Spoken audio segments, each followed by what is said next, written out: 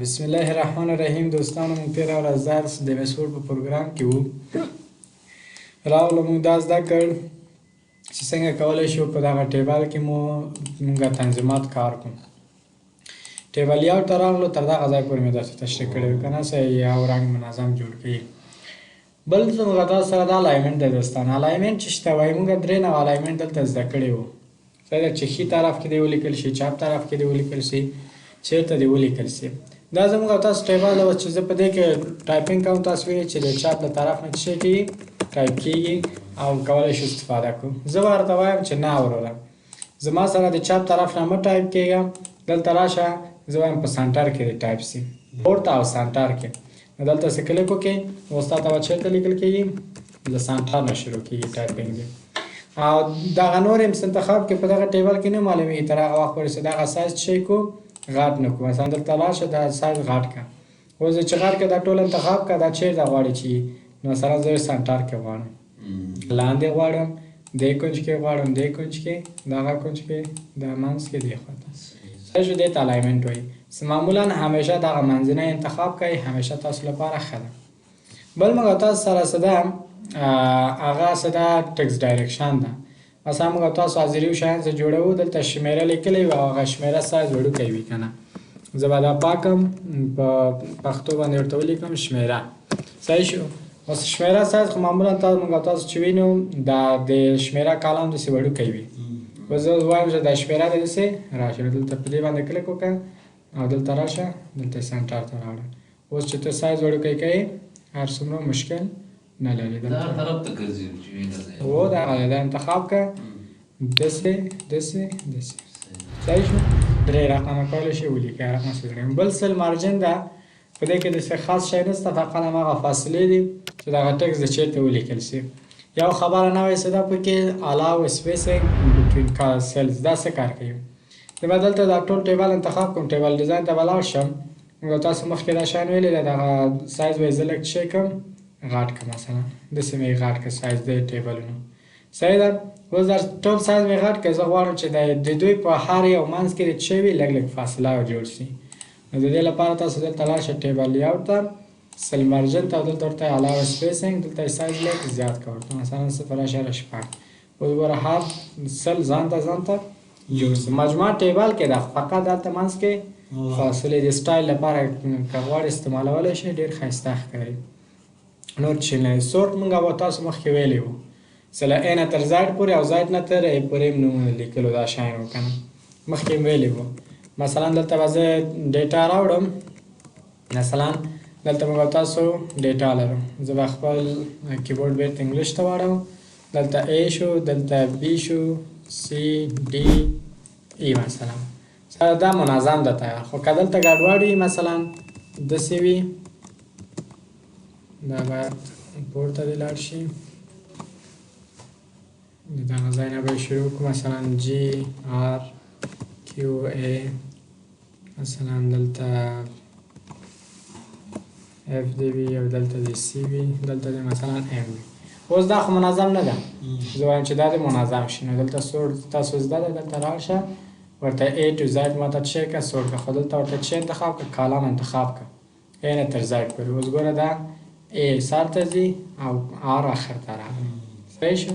همداسې که چپ ته هم غواړئ هم کېږي. بل ریپیټ هیډر رول است، فعل حال تکرار، فعل حال غیر فعال ده. دا ډېر په درد خوري موږ تاسو سره. مثلا دوستانو تاسو دلته یو هغه لرئ چې 5 دانې کالمونه لري.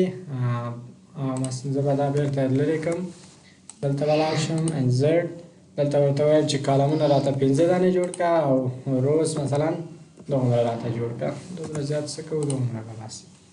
اوس دلته زه لیکم چې آی ډي ان او، یعنې آی ډي نمبر.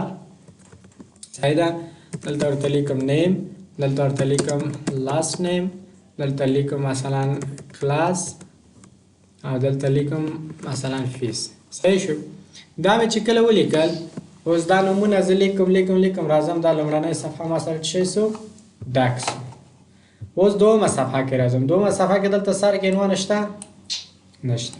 نو زه نه پوهېږم چې دلته اوس نوم ولیکم د پلار نوم ولیکم څه شی ولیکم عنوان نشته نو یو لاره خو دا ده د تاسو په نظر څنګه وکړو چې دا دلته دې باید واوسي په دې صفحه کې کاپي پیسټ وکړو زر صفحې وي شل صفحې هر څومره یې مجبور یې کاپي پیسټ وکړو خو نه دا لاره غلط ده نو ښه لاره یې څه شی ده ښه لاره یې دا ده چې تاسو دا شی دا ټول انتخاب کړئ انتخاب یې مشکل نشته ما فقط اوس د هغه ډیزاین لپاره انتخاب کړئ زه به لاړ شم دې ته یو ډیزاین هم ورکړم لیاوټ ته لاړ شم دلته به منظم جوړ کړم اوس دلته د کرسر کې ګوره هغه اپشن فعال کېږي که دلته لاندې وي نه فعال کېږي نو دلته د کرسر کېښود زه به صفحه هغه هم وړوکی کړم ګورئ چې اوس ټولو صفحو کې خپله راځي دلته کرسر په لومړنۍ هغې رو کې کېږده دلته کلک وکړم اوس ګوره ټولو صفحو کې خپله تکرار نو اوس ضرورت نشته چې موږ تاسو هره صفحه کې لاړ شو تغییرات راوړو او دلته بیا تغییرات هم نشي راوستی په دې کې موږ تاسو د کلیک کولو حق نه لرو هغه لومړی تغییر کار تغییر چې کوي د نورو کې خپله به څه کېږي تغییر کېږي مثلا دلته به زه ورته سلاش هم اضافه کوم ورته به ولیکم چې لاست نیم اوس ګورو چې نورو کې هم تغییر شوی ده که نه وینئ چې نورو کې هم خپله تغییر شوی ده دا ډېر ښه ده او بل څه ده موږ تاسو سره کنورټ ټو ټیکسټ ده که د تاسو په یاد وي موږ تاسو مخکې وویلې چې ډیټا ولیکه هغه ټیبل ته واړول چې خپله هغه کامه او شاید هم چې پکې ویلی وو نو دلته دا تیار ټیبل ده زه وایم دا ټکس ته واړوه صحیح ده دلته کلک وکړه پې اوکې که دا بېرته چې ته وړي له ټیبل نه وځي لکه تاسو غواړئ داسې کارونه هم پکې کولی شئ بل شی ده موږ تاسو سره فورمولا ده فورمولا دومره زیات په وړ کې نه استفاده کېږي خو خیر یو دوه مثالونه به پکې کار وکړو ښه دلته به زه لاړ شم ولیکم چې 22 دلته به زه ورته ولیکم چې مثلا 4 زه غواړم چې دا دواړه د دې جمع شي راته نو دلته لاړ شه چېرته فورمولا ته دلته درته لیکلی سم اباف خپله پېژندلی ده یا اوکې که درته مجموعه درته باسي او هغه د که ډېر اعداد وي هغه هم درته باسي مثلا موږ تاسو سره اعدادونه ډېر وي غواړو چې د ټول دې راته منظم وباسي خو بدي دا ده چې دا موږ تاسو سره یو ځل کې باسي هر ځل کې نشي ویستلی دا یو ځل چې ولیکلم هغه یو ځل یې در سره مني بل ځلونو سره کار نه لري اوس دا ټول ما ولیکل دلته لاړ شه خالي اوکې که د دې مجموعه څه کوي درته باسي خو که زه راشم دغه و مثلا 9 سوه ته تبدیل کړم دلته جواب کې تغییرات نه راځي دا یې بدي نه نو هغه بیا په اکسل کې باسي په دې کې نه باسي دا مجبور یو څه ځلې بیا مجبوراً دوباره کلیک وکړو دلته یې باسي خو خپله یې نه باسي او داسې چا پر رسم هم دلته کې مثلا اوس 22 او 4 سره زه غواړم جمع کړم دلته د کرسر کې ده دلته کلیک وکړه دې خواته یې نه ده پېژندلی دلته ورته ولیکه مساوي سم اوس خلاص ورته ولیکه رایټ یعنې ښي خواته او زه بسته انټر یې کړه ځواب درته باسي او که دلته مثلا عدد لیکلی وي او بل دلته لیکلی وي